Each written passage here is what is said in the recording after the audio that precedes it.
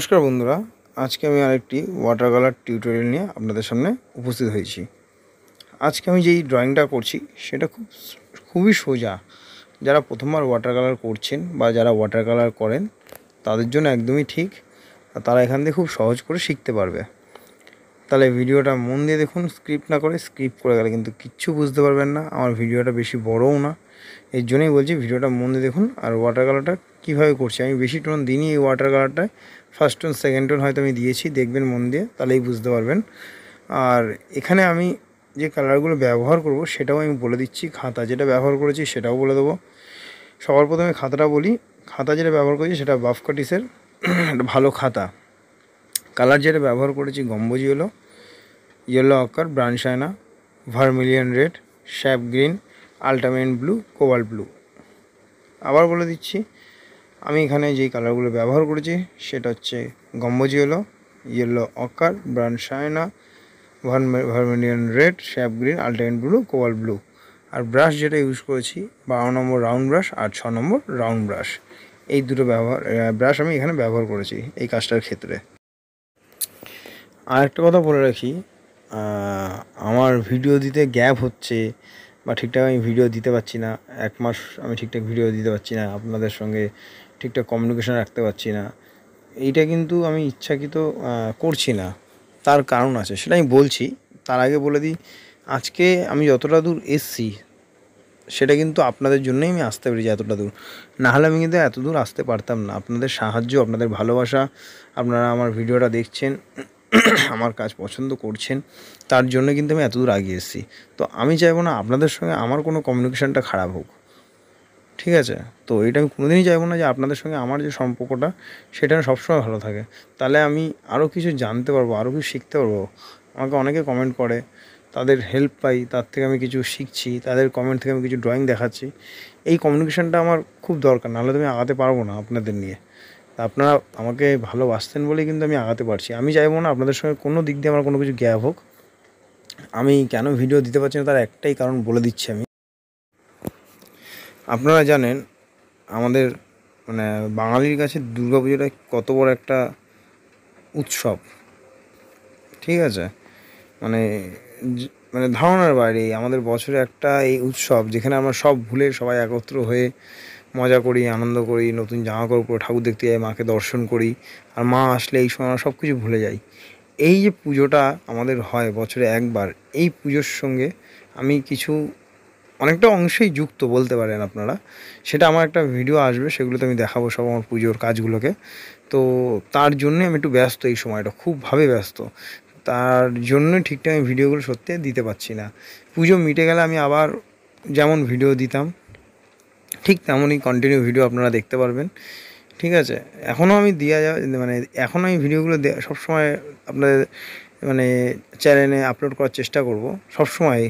পুজোর কাজ চলছে যেহেতু আমার, তার মধ্যে আমি ভিডিও দিচ্ছি, দেখলেই বুঝতে পারবেন এই ভিডিও আমি দিচ্ছি। কিন্তু মাঝে হয়তো গ্যাপ হতে পারে, কিন্তু আবার আমার পুজোর কাজ মিটে গেলে বা পুজোটা চলে গেলে আবার আমি কন্টিনিউ ভিডিও আপনাদের নিয়ে আসবো, আপনারা ভিডিও দেখতে পারবেন।